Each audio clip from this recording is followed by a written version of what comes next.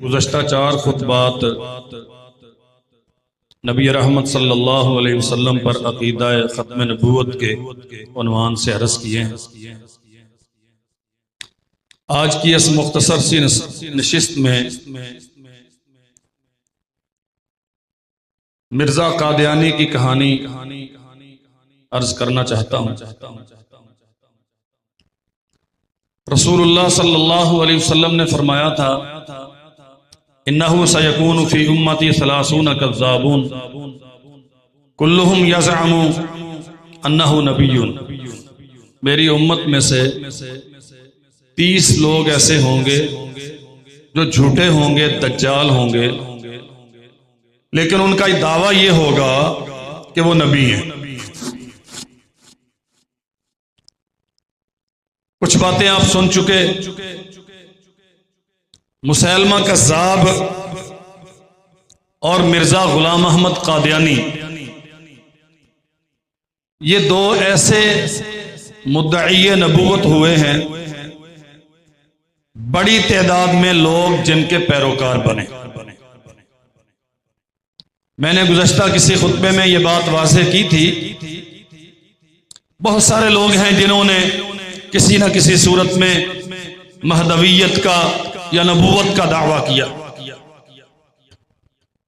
लेकिन दावा किया, बास का दावा उनकी जिंदगी में मर गया और बास का दावा उनके मरने के बाद दफन हो गया। उनका नाम लेवा, उनका कलमा पढ़ने वाला, उनके नजरिए का पैरोकार दुनिया में कोई नहीं नजर आता। लेकिन ये दो मुद्दई नबूवत ऐसे बड़ी तादाद में, मुसैलमा कज़्ज़ाब की भी पैरवी की गई, उसका भी कलमा पढ़ा गया, और इस वक्त मालूम दुनिया के आधे ममालिक में कम अज कम गुलाम अहमद कादियानी के मानने वाले किसी ना किसी सूरत में मौजूद हैं। और यहां बुनियादी तौर पे एक मसला समझ लीजिए, हमारे सादा लोग मुसलमानों को वो लोग धोखा देते हैं ये कहकर कि हम मोहम्मद रसूलुल्लाह सल्लल्लाहु अलैहि वसल्लम की नबूवत के मानने वाले हैं, और हमारे हुक्मरान बेचारे उन्हें अपनी तरफ मायल करके उनका वोट लेने के लिए और सीधी सादी आवाम इस्लामी अकायद से ना आशना, ये उनके इस दावे से मुतासर होकर कि जब अल्लाह को एक मानते हैं, रसूल को रसूल मानते हैं, किबला को काबा को किबला मानते हैं, तो फिर वो मुसलमान ही है। मुसैलमा कज़्ज़ाब नबी करीम सल्लल्लाहु अलैहि वसल्लम की नबूवत को मानता था, मुनकर नहीं था। पिछले जुमे में मैंने ये बात वजाहत से बयान की, उसका मुतालबा यह था कि अब आप नबी हैं, आप मुझे लिख कर दें कि आपके बाद मैं नबी हूंगा। मोहम्मद रसूलुल्लाह सल्लल्लाहु अलैहि वसल्लम ने यह मुतालबा तस्लीम नहीं किया। क्यों नहीं किया? एक तो नबूवत कोई इख्तियारी चीज नहीं है कि जिसका जी चाहा वो नबी बन गया। ये वहबी है, ये अल्लाह की तरफ से आती है, जिस पे उसने चाहा उसे नबी बना दिया। दूसरा, मोहम्मद रसूलुल्लाह सल्लल्लाहु अलैहि वसल्लम समझते थे कि मैं आखिरी नबी हूं, मेरे बाद कोई नबी नहीं है। मुसैलमा नबी रहमत सल्लल्लाहु अलैहि वसल्लम की नबूवत का मोतरिफ था, लेकिन साथ अपनी नबूवत का भी ऐलान किया। जनाब अबू बकर सिद्दीक रज़ी अल्लाहु अन्हु ने उसके खिलाफ किताल किया, और आप ये सुन चुके हैं कि उसे बाकायदा कत्ल किया गया, और बड़े बड़े सहाबा किराम रिज़वानुल्लाह अलैहिम अजमाइन इस मार्का खत्म नबूवत के तहफ़्फ़ुज़ के अमल में शरीक हुए बाकायदा। गोया कादियानियों का यह दावा करना कि हम सय्यदुना व नबियुना मोहम्मद इब्न अब्दुल्लाह सल्लल्लाहु अलैहि वसल्लम को नबी मानते हैं, उनके मुसलमान होने के लिए काफी नहीं है। आपको नबी मानना और आपके बाद कयामत तक किसी भी किस्म के नए नबी का इनकार करना और यह अकीदा रखना कि अब अल्लाह की मखलूक के लिए किसी नई नबूवत की जरूरत और गुंजाइश नहीं है। जब यह अकीदा होगा तो फिर उसे मुसलमान माना जाएगा। जिसका यह अकीदा नहीं है वो मुसलमान नहीं है। थोड़ा सा इख्तिसार के साथ गुलाम अहमद कादियानी के अकायद जरा आप मुलाहजा फरमा लें। वैसे इसकी किताबें भरी पड़ी हैं गंदगी से और इतनी गलाजत है, सच्ची बात यह है कि बयान नहीं की जाती। कहता है अल्लाह ने मुझसे मुखातब होकर कहा, अल्लाह ने इस खबीस को मुखातब होकर कहा कि मैं नमाज भी पढ़ता हूं, मैं रोजा भी रखता हूं, मैं सोता भी हूं, मैं जागता भी हूं। जिस रब को हम मानने वाले हैं उसके मुताल्लिक कुरान ने अकीदा दिया, अल्लाहु ला इलाहा इल्ला हुवल हय्युल क़य्यूम ला ताखुज़ुहु सिनतुम वला नौम। वो ना कभी सोता है ना कभी ऊंघता है। सोना कमजोरी है और अल्लाह जुल जलाल वल इकराम कमजोरियों से, ऊंघना माजूरी है और हमारा रब माजूर। मिर्जा कहता है कि अल्लाह मुझे खिताब करके कहते हैं मैं सोता भी हूं, मैं जागता भी।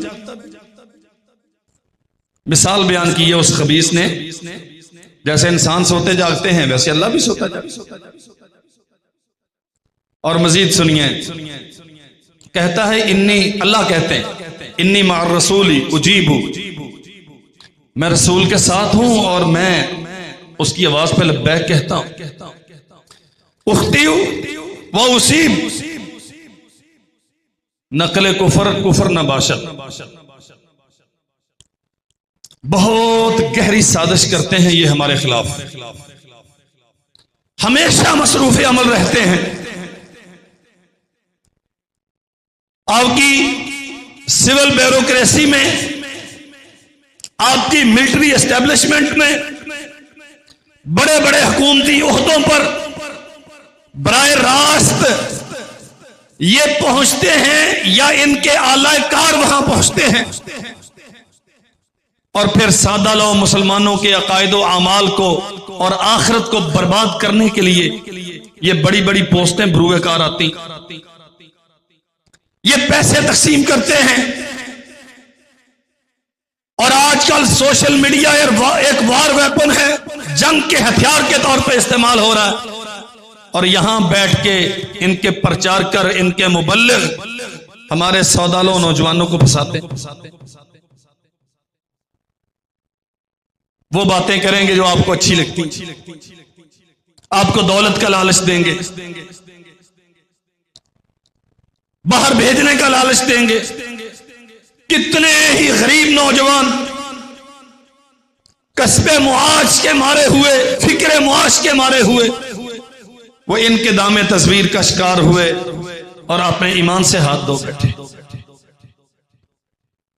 कहता है, अल्लाह कहते हैं इन्नी मार रसूली उजीबू, यानी मैं, अल्लाह कहते हैं कि मैं मिर्जा कादियानी के साथ हूं, जैसे ये कहता है मैं वैसे करता हूं। उख्ती, अल्लाह कहते हैं मैं गलतियां भी करता हूं, नाउज़ुबिल्लाह। व उसीबू, और मैं सही काम भी करता हूं। हम जिस रब को मानते हैं उसके मुताल्लिक हमारा अकीदा है, हमारा रब कभी यूं कोई ऐसा काम नहीं करता जो उसकी शान के खिलाफ। अल्लाह की हर सिफ्त, अल्लाह की हर सुन्नत, उसका हर फैसला बिल्कुल उस मयार का है जो उसकी शान के लायक है। वो रब है सारी कमजोरियों से मावरा, हर किस्म की गलती से पाक, हर किस्म के ऐब से मुबर्रा, हर किस्म के सुकम ज़ौफ़ से बिल्कुल मावरा, वो जो कुछ करता है ऐन दुरुस्त करता है। लेकिन ये खबीस कहता है कि जो इसका रब है वो गलती भी करता है, वो सही भी करता है। शहीद मिल्लत अल्लामा एहसान लाही ज़हीर रहमतुल्लाह अलैह ने फरमाया था कि जिस किस्म का ये रसूल है उसी किस्म का इसका रब है। ये झूठा नबी है और इसका रब भी झूठा। और अल्लामा साहब फरमाया करते थे कि इसका रब मलका विक्टोरिया, क्योंकि इसको नबूवत उसने दी। और मैं अभी इंशाअल्लाह अर्ज करता हूं। और फिर ये बदबख्त कहता मुझे कश्फ हुआ। मैं और मेरा एक मुरीद अब्दुल्ला, हम बैठे हुए अल्लाह जुल जलाल वल इकराम अल्लाह की बारगाह में, उसके सामने, रब के सामने हम बैठे हुए। अल्लाह अकबर। कुरान कहता है ला तुदरिकुल अब्सार वह हुवा युदरिकुहु। दुनिया की कोई आंख किसी सूरत में अल्लाह को देख नहीं सकती। और अल्लाह कभी किसी के ख्वाब में, हमारे पाक नबी सल्लल्लाहु अलैहि वसल्लम ने कभी फरमाया कि अल्लाह मेरे सामने आया ख्वाब में, मैंने अल्लाह को देखा। हालत ख्वाब में वही आती है नबी को, यह बात दुरुस्त है, वही की अक़साम में से एक किस्म है। लेकिन नबी का यह कहना कि मैंने अपने रब को देखा, ये इस जैसा झूठा ही कह सकता है। सैयदा आयशा रज़ी अल्लाह अन्हा ने फरमाया था, जो ये दावा करे कि मोहम्मद रसूलुल्लाह सल्लल्लाहु अलैहि वसल्लम ने अल्लाह को देखा है तो समझ लो कि वो झूठा। जब मोहम्मद रसूलुल्लाह सल्लल्लाहु अलैहि वसल्लम ने अल्लाह ताला को नहीं देखा तो दुनिया में और कौन हो सकता है जो देख सकता है। मैं और अब्दुल्ला नाम का मेरा मुरीद, क्या कहते उम्मती, हम बैठे हुए थे अल्लाह जुल जलाल वल इकराम के सामने। मेरे पास बहुत सारे कागजात थे, मैंने उन पे अल्लाह के साइन करवाने थे। मैं अल्लाह जुल जलाल वल इकराम को पेश करता रहा तो अल्लाह का मुल्हाकिमीन मेरे सारे कागजात पे जैसे जैसे मैंने कहा वैसे वैसे साइन कर। ये कशफ हो रहा है। और कहता है कि जब हम सो के उठे, हाँ, सुर्ख रोशनाई वाले पेन से अल्लाह ने साइन किए और दौरान साइन यूं करके पेन को झटका दिया, जैसे स्याही बंद हो जाती है ना, झाड़ते। अल्लाह ने पेन झाड़ा तो हमने महसूस किया हालत कशफ में कि वो रोशनाई के कुछ कतरात मेरे और अब्दुल्ला के, मेरे उम्मती के कपड़ों पर गिरे। कहता जब हम सो के उठे तो वाकयातन मेरे भी और अब्दुल्ला के भी कपड़ों पर स्याही गिरी हुई थी। ये रब्बे जुल जलाल वल इकराम के मुतल्लिक इसका अकीदा है। मैं इसलिए अर्ज करता हूं कि हमारे हर पीरो जवान को, हर छोटे बड़े को इस फितने की खतरनाकी का अंदाजा होना चाहिए। यह महज एक आम मौजू नहीं है कि मौलवी को और कुछ नहीं मिला तो मिंबर पे खड़े होकर यह शुरू कर दिया। हम तो रोजाना इस किस्म के मसाइल फेस करते हैं। फलां गांव में कादियानियों ने यह कर दिया, फलां जगह पे कादियानियों ने यह कर दिया। मुसलसल साजिशें करते हैं और पैसे के जोर पे इंतजामिया को खरीद के फिर मुसलमानों को परेशान भी करते हैं। अल्लाह अकबर। फिर कहता है मैंने कश्फ में अल्लाह जुल जलाल वल इकराम को देखा। अल्लाह के बहुत सारे हाथ, बहुत सारे पांव, इतने ज्यादा के गिने नहीं जा सकते। अल्लाह अकबर। रसूलुल्लाह सल्लल्लाहु अलैहि वसल्लम ने फरमाया अल्लाह के दोनों हाथ ही दाहिने, दोनों हाथ ही दाहिने। उसका माना क्या है? अल्लाह के दो हाथ हैं। अगरचे हम इस बहस में नहीं पढ़ते, हम अल्लाह जुल जलाल वल इकराम की सिफात, उसकी जात, उस पे ईमान रखते हैं जैसे उसने बयान कर दिया, जैसे उसके नबी ने फरमा दिया। हम उसकी तमसीलें, कैफियत, कमियत, आदत और ये और वो इस मुसीबत में नहीं पड़ते। हमने मान लिया जैसे अपने मुतल्लिक हमारे रब ने कहा, हमने मान लिया जैसे हमारे रब के मुतल्लिक हमारे नबी ने कहा। लेकिन ये कहता है बहुत सारे हाथ, बहुत सारे पांव और इतने ज्यादा आज़ा कि गिने नहीं जा सकते। और आगे बदबख्त ने फिर आके मिसाल दी है कि अल्लाह जुल जलाल वल इकराम जमीन को यूं झकड़े हुए है जैसे ऑक्टोपस। ये पंजाबी में जिसे चिचड़ कहते हैं, वो फंस जाता है ना, अपने पांव गाड़ लेता है जिस्म में और मर जाता है, टूट जाता है, लेकिन निकलता नहीं। अल्लाह जुल जलाल वल इकराम की मिसाल इस गंदे कीड़े के साथ ये बदबख्त देता है और कहता है कि सच्ची बात यह है, मैं कई दिन से इस मौजू पर मुताला कर रहा हूं, इतना गंद भरा हुआ है इसके अकायद में जिसकी इंतहा को। मेरे पास फरिश्ता वही लेके आया, 20 साल की उम्र का खूबसूरत नौजवान था और इंग्लिश में मेरे पास वही लेके आया और उसने मुझे कहा आई लव यू।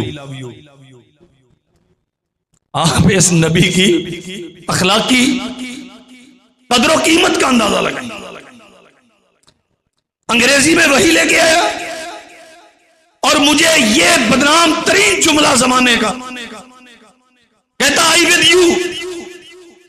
फरिश्ता कहता मैं तेरे साथ हूं, आई शैल हेल्प यू, मैं तेरी मदद करूंगा। कहता है मेरे ऊपर आने वाला फरिश्ता भी अंग्रेज है और जिस रब की तरफ से आता है वो भी अंग्रेज।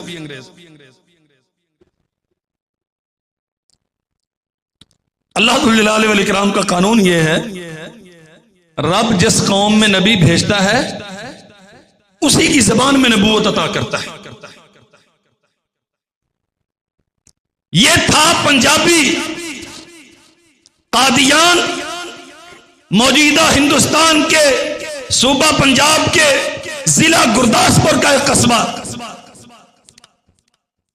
यह बाप और मां दोनों की तरफ से पंजाबी है और इंग्लिश जानता नहीं है, लेकिन इस बदबख्त पर जो शैतान वही लेके आता है वो अंग्रेजी में आता है और उसे ये फरिश्ता करार देता है।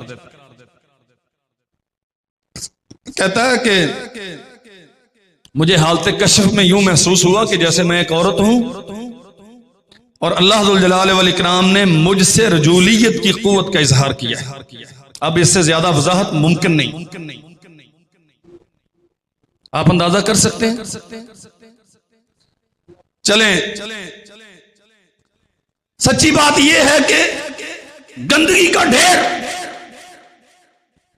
कहता अल्लाह मुझ में उतर आया। अब मैं अल्लाह और उसकी सारी मखलूकात के दरमियान एक वाहिद राब्ते का जरिया हूं। सवाल यह है, हिंदुस्तान में जब सियासी हालात इंतहाई कशीदा थे, अंग्रेज का कब्जा था बर्रे सगीर पाक व हिंद पर। 1857 की जंग नई खत्म हुई थी। इस खबीस को अगर ये वाकयातन झूठा और यकीनन झूठा तो दावे नबूवत की जरूरत क्यों पेश आई? फितरी तौर पे एक सवाल पैदा होता है, इसे दावे नबूवत की जरूरत क्यों पेश आई? मेरे अजीज भाइयों, ये बात अच्छी तरह समझ लो। सारी दुनिया का काफिर यह समझता है मुसलमान अमली तौर पे जैसा तैसा भी हो, जब इनके सामने वही इलाही का कोई मसाला पेश किया जाता है, अगर उसे माने ना तो कम से कम मुजाहमत नहीं करते, खामोश हो जाते। 1857 की जंगे आजादी अंग्रेज के खिलाफ लड़ी गई। उसमें सबसे मरकजी किरदार मुसलमानों का था और मुसलमानों के भी उस तबके का था जो अपने आप को मोहम्मद रसूलुल्लाह सल्लल्लाहु अलैहि वसल्लम की हदीस का भी वारिस मानते हैं और रसूलुल्लाह की तलवार का भी वारिस मानते हैं। अंग्रेज ने इस तबके को वहाबी कहा। जनरल बख्त खान किसी जमाने में अंग्रेज आर्मी में अफीसर था। अहले हदीस मां का दूध पी के परवरिश पाने वाला वो मर्द मुजाहिद है जिसने जंगे आजादी में आजादी पसंदों की, इस्लामी फौज की, हुर्रियत पसंदों की और मुजाहिदीन आजादी की क़यादत की थी। हत्ता के दिल्ली में पहुंचा, लाल किले में गया और बहादुर शाह जफर को कहता रहा कि उठो मेरे साथ, अपनी सवारी पे सवार होके कौम के सामने शहनशाह या बादशाह जो भी नाम चलता था अपने आप को वो बना के पेश करो, अपना झंडा लहराओ, फतह के दरवाजे खुले हैं, कौम मुंतज़िर है कि हमारा कायद कौन है। बदबख्ती मुसल्लत थी, वो उठा नहीं, उसकी औलाद ने जो गद्दार हो चुकी थी उन्होंने उठने नहीं दिया। मैं ये अर्ज करना चाहता हूं कि मुजाहिदीन आजादी का 1857 में कमांड करने वाला अहले हदीस मां का फरजंद और अंग्रेज को सबसे ज्यादा खौफ इन्हीं से था। और बहुत सारी किताबें गैर अहलुल हदीस मुर्रिखीन की बहुत सारी किताबें और अल्हम्दुलिल्लाह है मेरे पास, जिन्होंने बार बार लिखा है कि मुसलमानों के सारे तबकात को किसी ना किसी तौर पे एडजस्ट किया जा सकता है, लेकिन अंग्रेज समझता था कि ये जो आजादी पसंद हैं, ये जो तीरो तुफंग से खेलने वाले हैं, ये जो मोहम्मद रसूलुल्लाह सल्लल्लाहु अलैहि वसल्लम की तलवार के मालिक हैं, इन्हें किसी सूरत में किसी हालत में राम नहीं किया जा सकता, इन्हें ठंडा नहीं किया जा सकता। और आपको मालूम है ना, हमारा अकीदा है जब हालात इंतहाई खराब होंगे, मुसलमान इंतहा दर्जे की जिल्लत और पस्ती का शिकार होंगे, मजलूमियत का शिकार होंगे, अल्लाह जुल जलाल वल इकराम जनाब महदी का ज़हूर फरमाएंगे और महदी के साथ मिलके दुनिया से जुल्म का खात्मा होगा और इस्लाम का दौर दौरा होगा। रसूलुल्लाह सल्लल्लाहु अलैहि वसल्लम की सही हदीस इन्हीं अकायद के पेश नजर कि मुसलमान मुंतज़िर हैं महदी के, वो वाला महदी नहीं जो गार में छुपा हुआ है। मैं उस महदी की बात नहीं करता, मैं उस हकीकी महदी की बात करता हूं जिसकी बशारतें मोहम्मद रसूलुल्लाह सल्लल्लाहु अलैहि वसल्लम, अल्लाह के नबी ने फरमाया मेरी उम्मत मेरी नस्ल में से होगा, आले मोहम्मद में से होगा, बनु फातिमा में से होगा, मोहम्मद उसका नाम होगा, अब्दुल्ला उसके बाप का नाम होगा, बैतुल्लाह के करीब खड़ा होगा, लोग उसे पहचानेंगे और आनन फानन ये दो चार दिनों की बात है, उसके हाथ में बैत होगी, उसकी खिलाफत का ऐलान होगा, लोग अल्लाह जुल जलाल वल इकराम उसके साथ जमा कर देगा और फिर पूरी दुनिया पे इस्लाम गालिब होगा। इसने अव्वलन महदियत का दावा किया था कि मैं वो महदी हूं जिसका मुसलमान इंतजार करते। मुसलमान इस इंतजार में थे कि महदी आएंगे तो जिहाद होगा, इसने आके जिहाद मनसूख किया।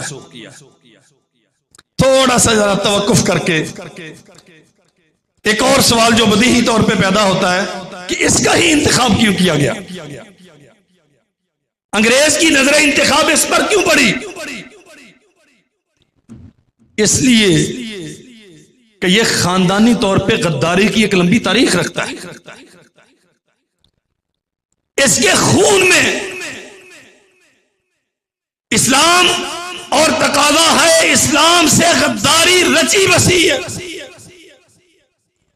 इसका बाप मिर्जा गुलाम मुर्तजा, इसका चचा मिर्जा गुलाम मुहियुद्दीन रंजीत सिंह की उस फौज में शामिल थे जो सैयद अहमद शहीद और शाह इस्माइल शहीद रहमहुमुल्लाह के खिलाफ जंग लड़ती रही। हत्ता के बाद मुर्रिखीन ने यह लिखा कि फरवरी 1831 के मार्का बालाकोट में जिसमें सैयदैन को शहीद किया गया, रंजीत सिंह का बेटा जिस फौज की क़यादत कर रहा था, उस फौज में ये दोनों भाई मिर्जा गुलाम मुर्तजा और इसका भाई गुलाम मुहियुद्दीन, ये दोनों खबीस उस फौज में शामिल थे। यानी ये मुजाहिदीन के खिलाफ, जिहाद इस्लाम के खिलाफ, आजादी की तहरीक के खिलाफ नस्ल दर नस्ल ये मुब्तलाए कार रहे। 1834 में रंजीत सिंह ने कादियान और इसके गिरदो नवा के 5 गांव इसे बतौर जगीर अता किए 1831 के मार्के में दादे शुजाअत देने के नतीजे। बाज दफा तारीखों में हम पढ़ते हैं रईस से कादियान, ये ऐसे रईस बना था। ये कोई खानदानी तौर पे अबाओ अजदाद थे, इसके पास इतने रकबे नहीं थे। सैयदैन की तहरीक के खिलाफ खिदमत रंजीत सिंह की फौज में इसके बाप और इसके चचा ने अंजाम दी। उसके नतीजे में 1834 में रंजीत सिंह ने जब पूरे पंजाब पे कश्मीर पे उसका कब्जा हो गया, सरहद पे उसका कब्जा हो गया, तो उसने उन खिदमत के सिले में इसे जगीरों से नवाजा। इस झूठे नबी के बाप और इसके चचा। थोड़ा सा आगे चलें, 1835 में रंजीत सिंह मर गया। उसकी अखलाफ से फिर हुकूमत संभली नहीं,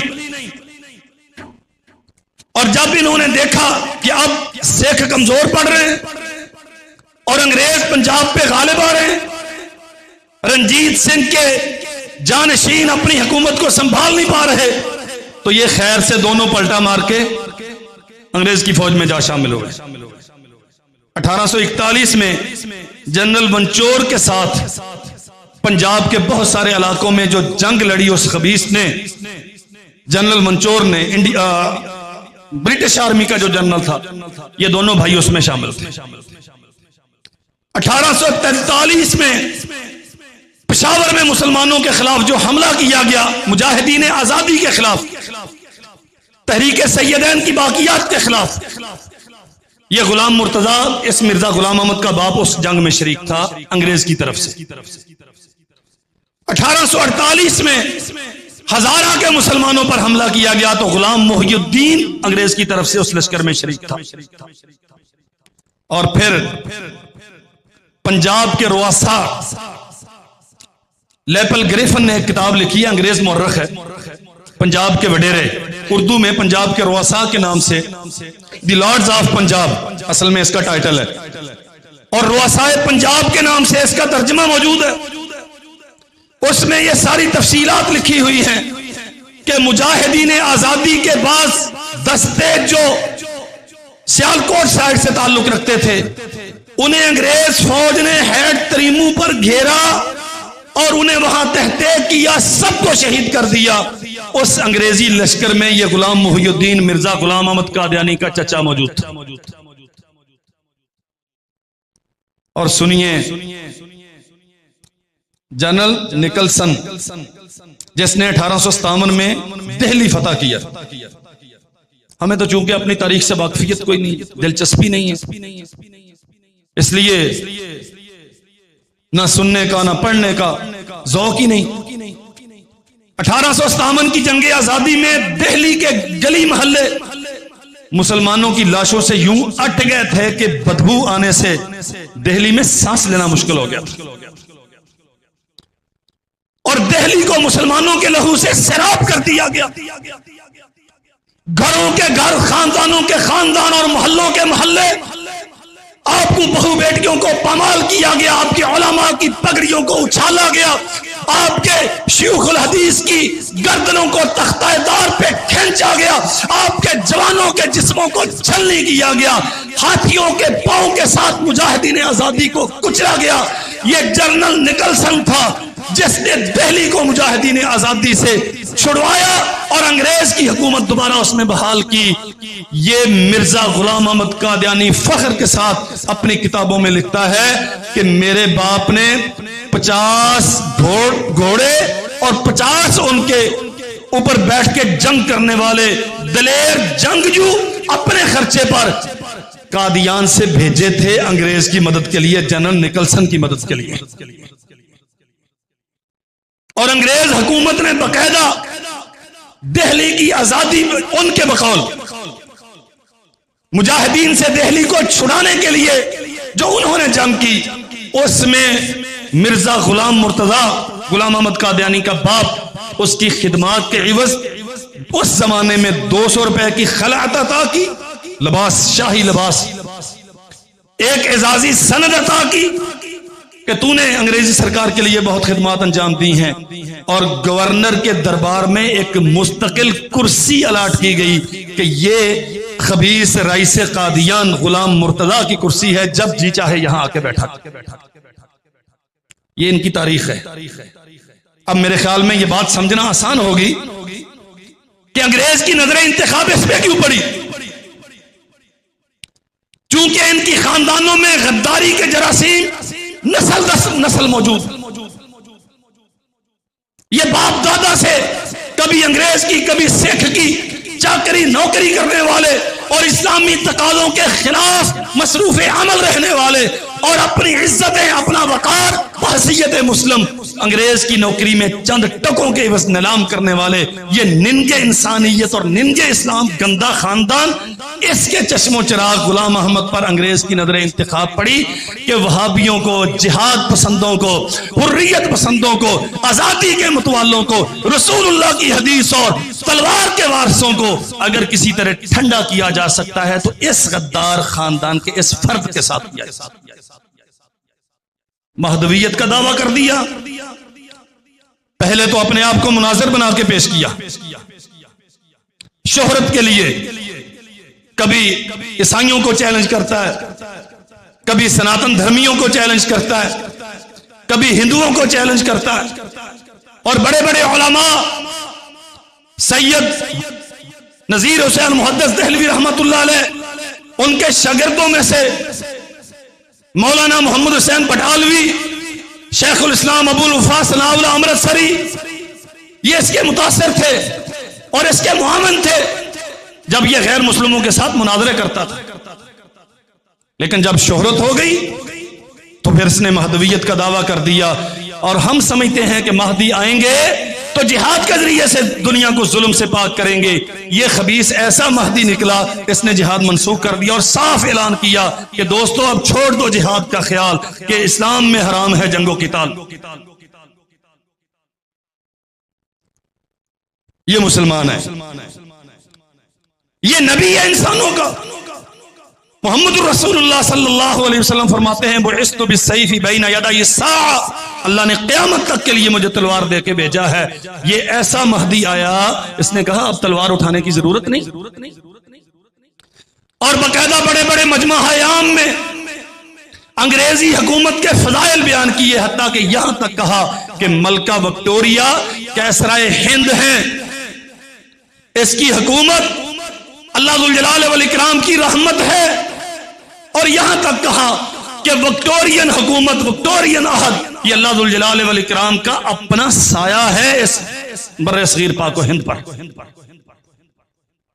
फतवे दिए, जो अंग्रेजी हुकूमत के खिलाफ बोलता है, जो अंग्रेजी हुकूमत के खिलाफ लिखता है, जो अंग्रेजी हुकूमत के खिलाफ जिहाद की बात करता है, उसका इस्लाम के साथ कोई ताल्लुक नहीं है। गोया तनसीख जिहाद के लिए इस खबीस को मुंतखब किया गया, और फिर मुसलसल इसकी आबियारी की, अंग्रेज ने इसकी प्रोटेक्शन की। इसने बकायदा खत लिखा और इसके कई खतूत इसकी किताबों में मनकूल हैं, जो मुख्तलिफ वायसराय हिंद, अंग्रेज के जो ऑफिसर आते थे यहां हिंद को चलाने के लिए, या इलाकों के गवर्नर्स, उनके नाम लिखता रहा, और अपने खानदान की खिदमत जो अंग्रेजी हुकूमत के लिए दी गई थी उन्हें पेश कर करके उनसे मुतालबात और मुराआत लेता रहा, इज्जत मांगता रहा। अल्लाह अकबर। और उन्होंने इसे प्रोटेक्ट किया भी। और ये बात समझिए जरा, आज भी इनका जो मौजूदा मिर्जा है वो कहां है?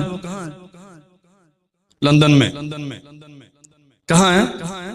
लंदन में। और छोटा नहीं, बहुत लंबा चौड़ा उसे इलाका दिया गया है, वहां उसने अपना सेंटर बनाया है, वहां बैठ के वो सारी दुनिया में जितने इनके मिशन है उन्हें ऑपरेट करता है। हुकूमत, अंग्रेजी हुकूमत, बरतानवी हुकूमत बाकायदा उसे वजीफा देती है। इनका सबसे बड़ा तबलीगी सेंटर जर्मनी में है, इसराइल में बैठे ये, इसराइल दुनिया भर में बसने वाले किसी मुसलमान को गवारा नहीं करता, लेकिन ये वहां मौजूद है, इनके मरकज मौजूद है, इनके तबलीगी सेंटर मौजूद है। क्यों इतनी ज्यादा सरपरस्ती हो रही है इनकी? ये बात समझ लो मेरे अजीज भाइयों, ये सिरे से कोई मजहबी तहरीक थी नहीं, एक सियासी तहरीक थी। मजहब के नाम पे सियासी तहरीक थी। अंग्रेज ने अपनी मकसद बरारी के लिए इन्हें पैदा किया। मुजाहिदीन आजादी के जज्बा हुर्रियत को खत्म करने के लिए, गुलाम बर्रे सगीर पाको हिंद से आजादी की तहरीक मिटाने के लिए इसका इंतखाब किया, फिर इसे परवान चढ़ाया, फिर तदरीजन पहले इसे इस्लाम का नुमाइंदा और मुनाजर बनाया, फिर इसे महदी बनाया, फिर इसे जिल्ली नबी, बुरूजी नबी, तशरीई नबी, गैर तशरीई नबी, ये स्टेप वाइज आगे बढ़ता गया, हत्ता कि मोहम्मद रसूलुल्लाह सल्लल्लाहु अलैहि वसल्लम की खत्म नबूवत पे नकब लगा बैठा। और यहां यह बात भी समझ लीजिए, बालिग नजर, साहबे बसीरत और अकलमंद जितना मोहम्मद रसूलुल्लाह सल्लल्लाहु अलैहि वसल्लम की हदीस और कुरान को जानने वाला होता है, इतना और कोई नहीं होता। सबसे पहले इस फितने को जिसने भांपा उसका नाम हज़रत शेखुल इस्लाम मौलाना मोहम्मद हुसैन बटालवी, उलमाए गज़नविया मौलाना अब्दुल वाहिद गज़नवी, अब्दुल वारिस गज़नवी, इन्होंने महसूस किया कि ये अमृतसर के करीब कादियान में पनपने वाला ये फितना, नई नई बातें करने वाला, ये मुसलमानों के लिए किसी बड़ी मुसीबत का पेश खेमा होगा। और सुन लीजिए, सबसे पहले इसकी तकफीर का फतवा, इसे काफिर करार देने का फतवा वो मौलाना मोहम्मद हुसैन बटालवी ने लिखा। और हजरत शेखुल कुल सैयद नज़ीर हुसैन मुहद्दिस देहलवी रहमतुल्लाह अलैह, जिनकी मसनदे दर्स उस वक्त दिल्ली में मौजूद थी, और आज भी अरब दुनिया के बड़े बड़े उलमा उनके सिलसिले से हदीस की सनद लेना अपने लिए बायसे इफ्तिखार समझते हैं। हमारे ऐसे बरसबील तज़किरा की बात आ गई, मुल्तान में एक उस्ताद हैं मौलाना मोहम्मद बिन अब्दुल्ला शुजा आबादी रहमतुल्लाह हाफिज़हुल्लाह, जिंदा है, उनके पास सनद है हजरत शेखुल कुल सैयद नज़ीर हुसैन मुहद्दिस देहलवी की, और सिर्फ एक वास्ते से, यानी शुजाबादी साहब ने पढ़ा हजरत शरफुद्दीन देहलवी से, और मौलाना शरफुद्दीन देहलवी रहमतुल्लाह अलैह ने पढ़ा है हजरत सैयद साहब से। और लुत्फ की बात है कि शुजाबादी साहब को यह सनद इस फकीर के गांव में बैठ के दी गई। हमारे गांव में जो मदरसा होता था उसके मुमतहिन और आखिरी सबक सुनने वाले हजरत शरफुद्दीन देहलवी रहमतुल्लाह अलैह थे। वो तशरीफ लाया करते थे कराची से, हिंदुस्तान पार्टीशन के बाद।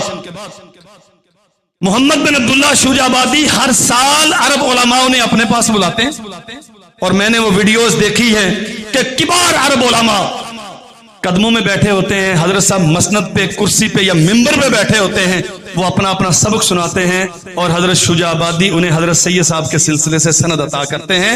और अरब उलमा इस बात पे नाज़ा होते हैं कि हमें सैयद साहब की कम वास्तों के साथ सनद मिली। मौलाना मोहम्मद हुसैन बटालवी रहमतुल्लाह अलैह इस हजरत सैयद नज़ीर हुसैन मुहद्दिस देहलवी के शागिर्द, और सैयद साहब शाह इसहाक हुसैनवी, शाह इसहाक रहिमहुल्लाह के शागिर्द शाह इसहाक दामाद थे सैयद अब्दुल अजीज देहलवी के, और सैयद अब्दुल अजीज देहलवी बेटे थे शाह वलीउल्लाह मुहद्दिस देहलवी के। शाह वलीउल्लाह के बेटे के दामाद के शागिर्द हैं सैयद नज़ीर हुसैन मुहद्दिस देहलवी, गोया शाह वलीउल्लाह के मसनद नशीन हैं सैयद नज़ीर हुसैन मुहद्दिस देहलवी। इनके पास ये फतवा आया कि मिर्जा कादियानी के ये अकायद हैं, तो इस पे तो कुफर का फतवा लगता है। सबसे पहले फतवा तकफीर मुरतब किया मौलाना मोहम्मद हुसैन बटालवी ने, और उस पे तस्दीकी दस्तखत सबत किए सैयद नज़ीर हुसैन मुहद्दिस देहलवी। और उसके बाद बर्रे सगीर के 100 उलमा ने, तमाम मसालक के जय्यद उलमा, किबार मुफ्तियाने किराम, 100 उलमा ने उसी फतवे पर दस्तखत करके पूरे हिंदुस्तान और बर्रे सगीर पाक हिंद में वो फतवा मुश्तहर किया कि जो इन अकायद का हामिल है, जो मोहम्मद रसूलुल्लाह सल्लल्लाहु अलैहि वसल्लम के बाद किसी भी सूरत में जिल्ली या ब्रूजी, तशरीई या गैर तशरीई नई नबूवत का अकीदा रखता है, उसका इस्लाम के साथ कोई ताल्लुक नहीं। और अच्छी तरह ये बात समझ लीजिए, हज़रत सैयद साहब रहमतुल्लाह अलैह का ये इतना बड़ा जुर्म समझा गया। एक खत लिखा उनके किसी शागिर्द ने उन्हें कोई मसला दरियाफ्त करने के लिए। नुज़हतुन नज़र फिक़ह की एक किताब है, नुख़बतुल फ़िक्र उसूल हदीस की एक छोटा सा रसाला है, उसके मुतल्लिक़ कोई इस्तिफ़सार था। तो हज़रत सैयद साहब ने वो नुख़बतुल फ़िक्र के मुतल्लिक़ जो सवाल था उसका जवाब लिख के भेजा। अंग्रेज सरकार ने इस खत को बहाना बना के कि ये जी अंग्रेज सरकार के खिलाफ साजिश की गई है, उस फतवे पर साइन का बदला लिया, 1 साल के लिए रावलपिंडी जेल में फेंक।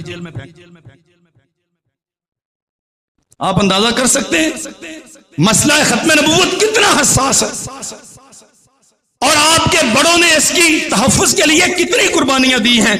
यानी असल जुर्म यह था कि कादियानी की तकफीर के फतवे पर सैयद साहब ने सहन क्यों किए। नुख़बतुल फ़िक्र का आड़ लेकर उस खत को बहाना बना के 1 साल के लिए दिल्ली से उठाया, रावलपिंडी जेल में सड़ने के लिए डाल। मुनाज़रे होते रहे, मुबाहले होते रहे, चैलेंज दर चैलेंज, लंबी दास्तान है किज़ब बयानी और झूठ की मिर्जे की तरफ से। अल्लाह जुल जलाल वल इकराम ने हर मरहले पर, हर मौके पर इसे रुसवा किया। पूरी उम्मत मुस्लिमा बर्रे सगीर पाक हिंद में बसने वाले तमाम मुसलमान जिस जिस मसलक से भी ताल्लुक रखते हों पूरी तरह कमर बस्ता थे और पूरी तरह बरूए अमल थे, हर तौर पे इनका पीछा किया। हत्ता के वो मर्द जलील जिसके साथ इसने चैलेंज दिया था, और ये लिखता है अपनी किताबों में कि सबसे ज्यादा जिन लोगों ने मुझे तंग किया है उनमें एक मोहम्मद हुसैन भटालवी है, एक सनाउल्लाह अमृतसरी, सैयद अब्दुल वाहिद गजनवी का नाम लिखा, मौलाना अब्दुल्ला गजनवी, सैयद दाऊद गजनवी के वालिद मोहतरम, उनका नाम लिखता है। ये वो लोग हैं जिन्होंने सबसे ज्यादा मुझे रुसवा किया।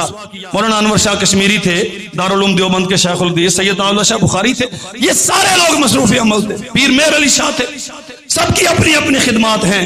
लेकिन अल्लाह जुल जलाल वल इकराम ने जिसे अव्वलियत का शरफ दिया, इसकी तकफीर पर और इसे मुबाहले का चैलेंज देने पर, वो भी आमिल किताब सुन्नत थे, अहलुल हदीस मसलक से मुताल्लिक थे। और ये तंग आके ऐलान करता, इश्तिहार छापा इसने बाकायदा कि मेरे और सनाउल्लाह अमृतसरी के माबैन ये चैलेंज है, जो झूठा होगा वो सच्चे की जिंदगी में मर जाएगा। जो झूठा होगा, मौलाना सनाउल्लाह अमृतसरी रहमतुल्लाह अलैह पाकिस्तान बनने के बाद 1948 में सरगोदा में फौत हुए, वहीं दफन हुए, और यह खबीस 1908 में मर गया था। 40 साल बाद तक हज़रत शेखुल इस्लाम फातिह कादियान, नुमाइंदा इस्लाम, अल्लाह का वो शेर जवान मौलाना सनाउल्लाह अमृतसरी रहमतुल्लाह अलैह 40 साल बाद तक जिंदा रहे, हत्ता कि पाकिस्तान बना, पाकिस्तान में आए, सरगोदा में चंद माह पाकिस्तान बनने के बाद फौत हुए। और ये अपने दावे के मुताबिक जो झूठा होगा वो सच्चे की जिंदगी में मर जाएगा। ये लैट्रीन के दरवाजे पे गिर के मरा। ये इसकी पूरी दास्तान है। आपकी गोशगुजार इसलिए की है जैसे अल्लाह की तौहीद सिखाना, अपने खुद सीखना, अपने बच्चों को सिखाना, मुआशरे में अल्लाह की तौहीद का पैगाम आम करना हमारी जिम्मेदारी है और जन्नत में जाने के लिए जरूरी है। वैसे ही जरूरी है मुहम्मद रसूलुल्लाह सल्लल्लाहु अलैहि वसल्लम की खत्म नबूवत पर मजबूत और गैर मुतज़लज़ल अकीदा। खुद समझो, सीखो अपनी औलादों को और आने वाली नस्लों को समझाओ। और वल्लाह है आपकी मेरी हम सब की जिम्मेदारी है, हर वो बच्चा जो शऊर की उम्र को पहुंचता है उसके जहन में ये बात रासख कर दें कि इस कादियानी खबीस जैसे गंदे अकायद का हामिल एक हो या हजार हो, मोहम्मद रसूलुल्लाह सल्लल्लाहु अलैहि वसल्लम के जूते के नीचे आने वाले एक जर्रे की अजमत पे सब कुर्बान। किसी को कोई हक नहीं है और इस जमीन को जरूरत नहीं है मोहम्मद अरबी सल्लल्लाहु अलैहि वसल्लम की नबूवत के बाद किसी और नबूवत की। अल्लाह हमें समझने की तौफीक अता फरमाए।